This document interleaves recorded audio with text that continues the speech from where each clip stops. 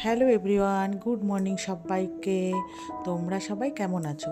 আজকে জানো তো প্রচুর লেট হয়ে গেছে ঘুম থেকেই উঠেছি আজকে আমি 8:30টায়। এবার বোঝো, মেয়ের স্কুল, বরের অফিস, মানে সারা রাত না সেরমভাবে ঘুম হয়নি।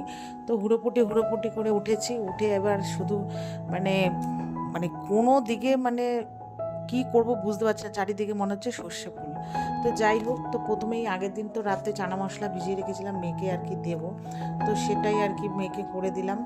তো আর কি রান্নাবান্না, যাই হোক, বরের শরীরটা ভালো না, বরকে আলু পোস্ত ডাল করে দিয়েছি, আর মেয়েকে চানা মশলা করে দিয়েছিলাম লুচি করে দেবো বলে, ময়দাটাও মেখে রেখেছি তাড়াহুড়ো করে।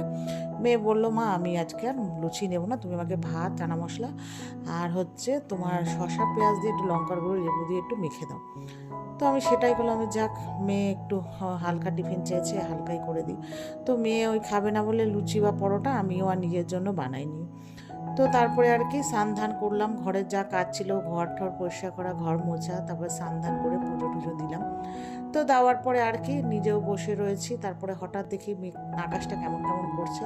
তো এ দেখলে জামা কাপড় নিয়ে এসেছি, এনে রেখেছি খাটের ওপর। তো তার আগে একটা মিশোর থেকে পার্সেল এসেছিলো, সেটা তোমাদের সাথে আর কি শেয়ার করলাম। তো সেটা ছিল পর্দা। তো বুঝতে পারিনি, দেখলাম একটা পর্দা এসছে, তো আবার আরেকটা পর্দা যখন দেব, তারপরে যখন জানলায় লাগাবো তো কেমন হয়েছে সেটা তোমাদেরকে পরে দেখাবো। তারপরে চলে গেছিলাম মার বাড়িতে, যেহেতু মা আমাদের বাড়িতে আর কি আয়ুষ্মানের ফর্ম এসছে, তো সবার আর কি জেরক্সের সব সার্টিফিকেটের জেরক্স দিতে হবে। তো মা বলেছিল, আমি বললাম আমি আবার আসবো কালকে, বললো হ্যাঁ আয়, নিয়ে আসতে হবে। আমি বললাম এখন আর ভালো লাগছে না শরীরটা। তো যাই হোক, ওই আয়ুষ্মানের ফর্ম নিয়ে জমা দেওয়া এই সেই করতে করতে আর কি মা বারবার করে ফোন করছিল, তো এসছিলাম। তো আমাদের এখানে জেরক্সের মেশিন দুটোই খারাপ ছিল, তো মা অনেক দূর থেকে করে নিয়ে এসছে। তারপর আসার পর জমা দিতে গেছে, তারপর মা রান্না বান্না কিচ্ছু করেনি, ভেবেছে তা হয়ে যাবে, তাড়াতাড়ি এসে করবে। এবার যেহেতু আমার একটা কার্ডের একটা জেরক্সের দরকার ছিল, সেটা হয়নি বলে মা আবার করতে গেছে। তো সেই ফাঁকে মা আস্তে আস্তে আমি মার বাড়ি পুজোটা দিয়ে দিলাম, তারপরে ভাত আর ডিম কষা করলাম। তো এই ফাঁকে মা চলে এসছে দিয়ে, ওই 2:30-3টে বেজে গেছে, দিন 2:30-3টে বেজেছে। তো বাবুও খাবে, সবারও তো দুপুরে খাবার খেতে হবে।